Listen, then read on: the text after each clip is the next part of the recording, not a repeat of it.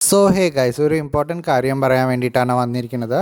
ഇപ്പോൾ നിങ്ങൾ ശ്രദ്ധിച്ചിട്ടുണ്ട്, നിങ്ങളൊരു പുതിയൊരു ഫോൺ മേടിച്ച് കഴിഞ്ഞിട്ട് ഒരു വർഷം കഴിഞ്ഞാൽ, അല്ലെങ്കിൽ 1.5 വർഷം കഴിഞ്ഞാൽ, അല്ലെങ്കിൽ 2 വർഷം കഴിഞ്ഞാൽ ഫോണിൻ്റെ പെർഫോമൻസ് നന്നായിട്ട് കുറയും, നന്നായിട്ട് ലാഗ് അടിക്കാൻ തുടങ്ങും. അതേമാതിരി ക്യാമറയുടെ ക്വാളിറ്റി കുറയും, ബാറ്ററി ലൈഫ് കുറയും. ബാറ്ററി ലൈഫ് കുറയുന്നത് പിന്നെ അത് സാധാരണയാണ്. 2 വർഷം കഴിഞ്ഞാൽ ബാറ്ററിയുടെ വിയർ ആൻഡ് ടിയർ ഒക്കെ ആയിട്ട് ബാറ്ററി ലൈഫ് നന്നായിട്ട് കുറയും. ഇതൊക്കെ എന്തുകൊണ്ടാണ് സംഭവിക്കണേ?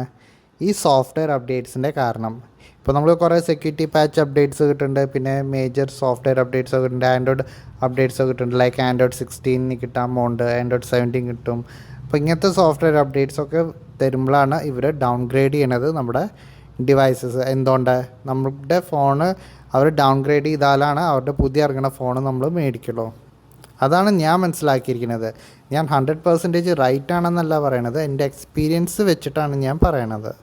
ഡൗൺഗ്രേഡ് ചെയ്യുന്ന സംഭവത്തിനാണ് പ്ലാൻ ഒബ്സലൻസ് എന്ന് പറയുന്നത്. ഇത് ഇന്നലെയും തുടങ്ങിയതൊന്നുമല്ല. ആപ്പിൾ തന്നെ സമ്മതിച്ചിട്ടുണ്ട് അവരുടെ ഡിവൈസിനെ ഡൗൺഗ്രേഡ് ചെയ്യേണ്ടതെന്ന്, ലൈക്ക് പെർഫോമൻസ് ഡൗൺഗ്രേഡ് ചെയ്യുന്നുണ്ട്. അപ്പോൾ അവരുടെ എക്സ്ക്യൂസ് എന്തായിരുന്നു? പെർഫോമൻസ് കുറച്ചിട്ട് ബാറ്ററി ലൈഫ് കൂട്ടാൻ വേണ്ടിയിട്ടാണ് അവരുടെ ഡിവൈസിനെ ഡൗൺഗ്രേഡ് ചെയ്യണമെന്ന്, പെർഫോമൻസിൽ ഡൗൺഗ്രേഡ് ചെയ്യണമെന്ന്. അതേമാതിരി സാംസങ് ചെയ്യുന്നുണ്ട്, റിയൽമി ചെയ്യുന്നുണ്ട്, എല്ലാ കമ്പനീസും ചെയ്യുന്നുണ്ട്. ഈ പ്ലാൻ ഓബ്സലൻസിൻ്റെ ഹിസ്റ്ററി നോക്കുകയാണെന്ന് വെച്ചാൽ in the early 20th century, ഇത് നിങ്ങൾക്ക് തന്നെ ഗൂഗിൾ ചെയ്ത് നോക്കാം. In the early 20th century ഒരു കമ്പനി ഉണ്ടായിരുന്നു ലൈറ്റ് ബൾബ് ഉണ്ടാക്കിയിരുന്നത്. അവരൊക്കെ ആ ലൈറ്റ് ബൾബ് വിറ്റിട്ട് ആ ലൈറ്റ് ബൾബ് ഒരിക്കലും ഫ്യൂസ് ആവുകയും ഒന്നുമില്ല, അതെങ്ങനെ കത്തിക്കൊണ്ടിരിക്കും. അപ്പോൾ അവരുടെ ആരും പുതിയ ലൈറ്റ് ബൾബ്സ് ഒന്നും മേടിച്ചിരുന്നില്ല. അപ്പോൾ അവർക്കൊരു ഐഡിയ കിട്ടിയതാണ് ഈ പ്ലാൻ ഓബ്സലൻസ്. അപ്പോൾ അവരെന്ത് ചെയ്തു? ഈ ലൈറ്റ് ബൾബിൻ്റെ ലൈഫ് 1000 hours ആക്കി കുറച്ചു. അപ്പോൾ 1000 hours കഴിഞ്ഞ് ഓട്ടോമാറ്റിക്കലി ലൈറ്റ് ബൾബ് ഫ്യൂസ് ആവും, എന്നിട്ട് കസ്റ്റമേഴ്സ് വന്നിട്ട് പുതിയ ലൈറ്റ് ബൾബ് മേടിക്കും. അപ്പോൾ ഇങ്ങനെയാണ് പ്ലാൻ ഓബ്സലൻസിൻ്റെ പരിപാടിയൊക്കെ തുടങ്ങിയത്. ഇപ്പോൾ ഞാൻ എൻ്റെ എക്സ്പീരിയൻസ് ഷെയർ ചെയ്യാന്ന് വെച്ചാൽ, എൻ്റെ അടുത്ത് റിയൽമി X7 Max ഉണ്ടായിരുന്നു. റിയൽമി X7 Maxൻ്റെ വീഡിയോ എൻ്റെ ഈ ചാനലിൽ കിടക്കുന്നുണ്ടാവും. അപ്പോൾ ഈ റിയൽമി X7 Maxൻ്റെ സ്പെസിഫിക്കേഷൻസ് ഞാൻ ആദ്യം പറഞ്ഞുതരാം. മീഡിയാടെക് Dimensity 1200 പ്രൊസസ്സർ, അന്നത്തെ കാലത്ത് അത്യാവശ്യം ഫ്ലാഗ്ഷിപ്പ് ലെവൽ പ്രൊസസ്സറായിരുന്നു. പിന്നെ 8 GB റാം ഉണ്ടായിരുന്നു. പിന്നെ UFS 3.1ൻ്റെ 128 GB സ്റ്റോറേജ് ആയിരുന്നു. ഓക്കെ, ഇപ്പോൾ ഫോൺ മേടിച്ച സമയത്ത് നല്ല പെർഫോമൻസ് ആയിരുന്നു, ലൈക്ക് ഫ്ലാഗ്ഷിപ്പ് ലെവൽ പെർഫോമൻസ് ആയിരുന്നു. ആപ്പ് ലോഡിങ് ടൈമൊക്കെ നല്ല ഫാസ്റ്റ് ആയിരുന്നു. അതേ സമയത്ത് ക്യാമറ ക്വാളിറ്റിയും അത്യാവശ്യം നല്ല ക്യാമറ ക്വാളിറ്റി ആയിരുന്നു. സോണിയുടെ IMX6 സംതിങ് ആയിരുന്നു അതിൻ്റെ ക്യാമറ സെൻസർ, എനിക്ക് ശരിക്കും ഓർമ്മയില്ല.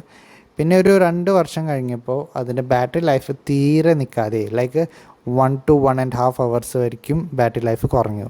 ഓൾറെഡി അതിൻ്റെ ബാറ്ററി ലൈഫ് ഭയങ്കരമായിട്ട് ആവറേജ് ആയിരുന്നു, ഇപ്പോൾ അതിന് ബാറ്ററി ലൈഫ് നന്നായിട്ട് കുറഞ്ഞു. അതേമാതിരി മെയിനായിട്ട് എനിക്ക് ഡൗൺഗ്രേഡ് തോന്നിയത് അതിൻ്റെ ക്യാമറയാണ്. മേടിച്ചപ്പോൾ ഇതിൻ്റെ ക്യാമറ അത്യാവശ്യം നല്ല ഫോട്ടോസായിരുന്നു എടുത്തിരുന്നത്. ഇപ്പോൾ സോഫ്റ്റ്വെയർ അപ്ഡേറ്റ് തന്നിട്ട് ഇതിൻ്റെ ക്യാമറ ക്വാളിറ്റി ഒരു 7000 രൂപയുടെ ഫോണിൻ്റെ ക്യാമറ ക്വാളിറ്റി മാതിരി ആയി. അതേമാതിരി പെർഫോമൻസ് ഞാൻ പറഞ്ഞില്ലേ, ഫ്ലാഗ്ഷിപ്പ് ലെവൽ പെർഫോമൻസ് ആയിരുന്നു കിട്ടിയിരുന്നത്.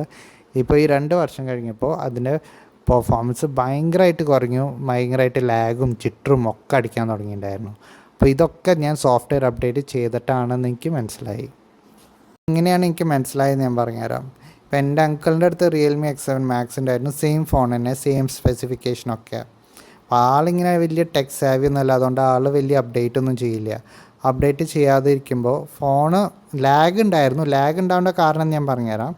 ക്യാമറ ക്വാളിറ്റിയൊക്കെ അടിപൊളിയായിരുന്നു, അതേമാതിരി ബാറ്ററി ലൈഫ് അത്യാവശ്യം കുഴപ്പമില്ലാത്ത ബാറ്ററി ലൈഫ് കിട്ടിയിരുന്നു. പക്ഷേ ഫോൺ ചെറുതായിട്ട് ലാഗൊക്കെ ഉണ്ടായിരുന്നു. പക്ഷേ എൻ്റെ ലാഗ് അടിക്കണ മാതിരിയൊന്നും ആളുടെ ഫോണിലൊന്നും ലാഗ് അടിക്കണ്ടായിരുന്നില്ല. അപ്പോൾ ഒരു സോഫ്റ്റ്വെയർ അപ്ഡേറ്റും ചെയ്തിട്ട് ഞാൻ എല്ലാ സോഫ്റ്റ്വെയറും അപ്ഡേറ്റ് ചെയ്തു. എന്നിട്ടാണ് എൻ്റെ റിയൽമി X7ൻ്റെ അവസ്ഥ ഇങ്ങനെയായത്. ഓക്കെ, അതാണ് എൻ്റെ എക്സ്പീരിയൻസ്. ഇനി നിങ്ങൾ വിചാരിക്കുന്നുണ്ടാവും ആൻഡ്രോയിഡ് അപ്ഡേറ്റും സെക്യൂരിറ്റി പാച്ചസ് അപ്ഡേറ്റ്സൊന്നും ചെയ്യാതിരുന്ന എൻ്റെ ഫോണിൽ ഒരു പ്രശ്നം ഉണ്ടാവില്ല എന്ന്. പ്രശ്നം ഉണ്ടാവും. അതെങ്ങനെയാണെന്ന് ഞാൻ പറഞ്ഞുതരാം. എങ്ങനെയാണെന്ന് വെച്ചാൽ, ഇപ്പോൾ മേജർ സോഫ്റ്റ്വെയർ അപ്ഡേറ്റ് വരില്ലേ, ലൈക്ക് ആൻഡ്രോയിഡ് 16, ആൻഡ്രോയിഡ് 17 ഇങ്ങനെയൊക്കെ വരില്ലേ. അപ്പോൾ അതിലേക്ക് നിങ്ങൾ അപ്ഡേറ്റ് ചെയ്യാതിരുന്ന് കഴിഞ്ഞാൽ നിങ്ങളുടെ ഫോണിൻ്റെ ആപ്ലിക്കേഷൻസൊക്കെ ലാഗ് അടിക്കാൻ തുടങ്ങും, ഫോണിൻ്റെ പെർഫോമൻസ് കുറയും. അതെങ്ങനെയാണ് ഞാൻ പറഞ്ഞുതരാം. ഇപ്പോൾ ഈ ആപ്പ് ഡെവലപ്പേഴ്സൊക്കെ ഉണ്ടല്ലോ, ഇപ്പോൾ ആൻഡ്രോയിഡ് 16 വന്നു കഴിഞ്ഞാൽ ആ ആൻഡ്രോയിഡ് 16ൻ്റെ അനുസരിച്ചാണ് അത് ആപ്പ് ഓപ്റ്റിമൈസേഷൻ ചെയ്യുക.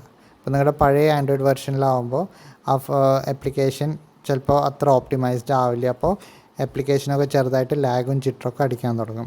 അപ്പോൾ അങ്ങനെ നിങ്ങളുടെ ഫോൺ ചെറുതായിട്ട് സ്ലോ ആവാൻ തുടങ്ങും. അപ്പോൾ സോഫ്റ്റ്വെയർ അപ്ഡേറ്റ് ചെയ്താലും കുഴപ്പം, ചെയ്തില്ലെങ്കിലും കുഴപ്പം. അപ്പോൾ നിങ്ങൾ പറയും ആപ്ലിക്കേഷൻ ഞാൻ അപ്ഡേറ്റ് ചെയ്തില്ലെങ്കിൽ എനിക്ക് കുഴപ്പം വരില്ല എന്ന്. അപ്പോൾ അത് സത്യം തന്നെയാണ്. അപ്പോൾ കുറച്ച് കാലം കഴിഞ്ഞാൽ നിങ്ങളുടെ ഫോൺ ഓട്ടോമാറ്റിക്കലി ആ ആപ്ലിക്കേഷൻ അപ്ഡേറ്റ് ചെയ്യാതെ യൂസ് ചെയ്യാൻ പറ്റില്ല എന്ന് പറയും. ഫോർ എക്സാമ്പിൾ വാട്സാപ്പ് നിങ്ങൾ കുറച്ച് കാലം അപ്ഡേറ്റ് ചെയ്യാതിരിക്കുക. കുറച്ച് കാലം അപ്ഡേറ്റ് ചെയ്യാതെ കഴിഞ്ഞാൽ ആ വാട്സാപ്പ് നിങ്ങൾക്ക് ഉപയോഗിക്കാൻ പറ്റില്ല. അപ്പോൾ ആ വാട്സാപ്പ് നിങ്ങൾക്ക് ഒന്നും കൂടി അപ്ഡേറ്റ് ചെയ്യേണ്ടി വരും. അപ്പോൾ ഇങ്ങനെയൊക്കെയാണ്. എങ്ങനെ നോക്കിയാലും ഫോണ് ലാഗ് ഉണ്ടാവും. ഇനിയിപ്പോൾ അടുത്ത എക്സ്പീരിയൻസ് പറയാമെന്ന് വെച്ചാൽ സാംസങ് ഗാലക്സി S21 FEയിലും S23യിലും രണ്ട് ഫോണിലും ഞാൻ ഫോൺ പുതിയതായി മേടിച്ചപ്പോൾ ഇതിൻ്റെ camera quality flagship level cameras ആയിരുന്നു. എസ്പെഷ്യലി ഇൻ S21 FEയിലും ഫ്ലാഗ്ഷിപ്പ് ലെവൽ മാരത്തെ ക്യാമറ തന്നെയായിരുന്നു. ടെലിഫോട്ടോ ലെൻസിലൊക്കെ ഫോട്ടോസ് എടുക്കുമ്പോൾ DSLR ലെവൽ ഫോട്ടോസായിരുന്നു വന്നിരുന്നത്. പക്ഷേ ഇപ്പോൾ കുറേ സോഫ്റ്റ്വെയർ അപ്ഡേറ്റ് ചെയ്തിട്ട് S21 FEയുടെ കാര്യം നിങ്ങൾക്കറിയാലോ, 3x പോർട്രേറ്റ് ഷോട്ട്സ് തീരെ കൊള്ളില്ല. ലൈക്ക് നന്നായിട്ട് സോഫ്റ്റായ ഇമേജസാണ് 3x ടെലിഫോട്ടോ ലെൻസിൽ നിന്ന് എടുക്കുന്നത് സാംസങ് ഗാലക്സി S21 FE. അതേ സമയത്ത് സാംസങ് ഗാലക്സി S23യിൽ നിങ്ങൾ പുതിയതായി ഫോൺ മേടിച്ചപ്പോൾ അതിൻ്റെ ക്വാളിറ്റി ഇങ്ങനെ ഉണ്ടായിരുന്നു. ഇപ്പോൾ ഇതിൻ്റെ ക്വാളിറ്റി ഇങ്ങനെ ഉണ്ട്. ഇപ്പോൾ എല്ലാം ഫോട്ടോസ് ഉണ്ടെങ്കിൽ ഒന്ന് കമ്പയർ ചെയ്ത് നോക്കാം. അപ്പോൾ തന്നെ നിങ്ങൾക്ക് മനസ്സിലാവും എത്ര ക്വാളിറ്റിയിൽ വ്യത്യാസം വന്നിട്ടുണ്ടെന്ന്. ഇപ്പോൾ 3x പോർട്രേറ്റ് ഷോട്ട്സോ അല്ലെങ്കിൽ 3x സൂമിലത്തെ ഫോട്ടോസൊക്കെ നോക്കുകയാണെങ്കിൽ പണ്ടത്തെ മീൻസ് പുതിയതായി മേടിച്ചപ്പോൾ S23യുടെ ക്വാളിറ്റി നല്ല ഷാർപ്പ് ആൻഡ് ഡീറ്റെയിൽഡ് ഇമേജസ് ആയിരുന്നു 3x ഷോട്ട്സിൽ എടുത്തിരുന്നത്. ഇപ്പോൾ ഗ്രെയിനി ഇമേജസാണ് എടുക്കുന്നത്. എൻ്റെ ഡിവൈസിൽ S23യിൽ ഗ്രെയിനി ഇമേജസാണ് എടുക്കുന്നത് 3x പോർട്രേറ്റ് ഷോട്ട്സൊക്കെ എടുക്കുമ്പോൾ ഇൻ ഇൻഡോർ ലൈറ്റിംഗ് കണ്ടീഷൻസ്. ഇപ്പോൾ ഗ്രീൻ ലൈൻ ഇഷ്യൂസിനെ പറ്റി പറയുകയെന്ന് വെച്ചാൽ ഇപ്പോൾ സാംസങ് ഗാലക്സി S24 സീരീസിൽ ഇപ്പോൾ ഗ്രീൻ ലൈൻ ഇഷ്യൂസ് വരാൻ തുടങ്ങിയിട്ടുണ്ട്. അപ്പോൾ ഈ ഗ്രീൻ ലൈൻ ഇഷ്യൂസ് വരാൻ തുടങ്ങിയത് Samsung Galaxy S20 series, S21 series, S22 series, 23 series, ഇപ്പോൾ 24 സീരീസിലും വരാൻ തുടങ്ങി. ഇപ്പോൾ 26 സീരീസ് വരട്ടെ, 25 സീരീസിലും ഗ്രീൻ ലൈൻ ഇഷ്യൂസ് വരാൻ തുടങ്ങും. അപ്പോൾ സാംസങ്ങിൽ നമ്മൾ കൊണ്ടുപോയി കൊടുത്തു കഴിഞ്ഞാൽ സാംസങ് ഗാലക്സി S21ലും S21 സീരീസിലും S22 സീരീസിലും സ്ക്രീന് ഫ്രീ ആയിട്ട് സ്ക്രീൻ റീപ്ലേസ്മെൻറ്റ് ചെയ്ത് കൊടുക്കണല്ലോ എന്ന് അവർ പറയണത്. പിന്നെ കുറേ പേര് പറയുന്നുണ്ട് പല സർവീസ് സെൻറ്ററിൽ പോയി കഴിഞ്ഞാൽ S23ക്ക് ഫ്രീ ആയിട്ട് സ്ക്രീൻ റീപ്ലേസ് ചെയ്ത് കൊടുക്കണ്ടെന്ന്. പക്ഷേ എൻ്റെ എക്സ്പീരിയൻസിൽ എൻ്റെ പരിചയത്തിൽ ഒരാൾക്ക് S23 പ്ലസ്സിൽ ഗ്രീൻ ലൈൻ ഇഷ്യൂസ് വന്നിട്ട് ആൾ 2-3 സർവീസ് സെൻറ്ററിൽ കൊണ്ടുപോയി കൊടുത്തപ്പോൾ അവർ പറയണത് S22 സീരീസും S21 സീരീസിനും മാത്രമായിട്ടാണ് ഫ്രീ ആയിട്ട് സ്ക്രീൻ റീപ്ലേസ് ചെയ്ത് കൊടുക്കേണ്ട ഓർഡർ കിട്ടിയിട്ടുള്ളൂ സാംസങ്ങിൻ്റെ ആണെന്ന്. അപ്പോൾ ഇപ്പോൾ നമുക്കൊന്നും ചെയ്യാൻ പറ്റില്ല. ഇത്രയും വില കൊടുത്തിട്ട് ഫ്ലാഗ്ഷിപ്പ് ഫോൺസ് മേടിച്ചിട്ട് അവർക്ക് ഫ്രീ ആയിട്ട് അവരുടെ കാരണമാണ് നമുക്ക് ഗ്രീൻ ലൈൻ ഇഷ്യൂസ് വരണത്. പക്ഷേ അവർക്ക് ഫ്രീ ആയിട്ട് സ്ക്രീൻ റീപ്ലേസ് ചെയ്ത് തരാനും പറ്റില്ല. അപ്പോൾ എന്തായാലും എനിക്ക് സാംസങ്ങിൻ്റെ ഫ്ലാഗ്ഷിപ്പ് ഫോൺസ് മേടിക്കാൻ ചെറുതായിട്ട് ഒരു പേടിയുണ്ട്.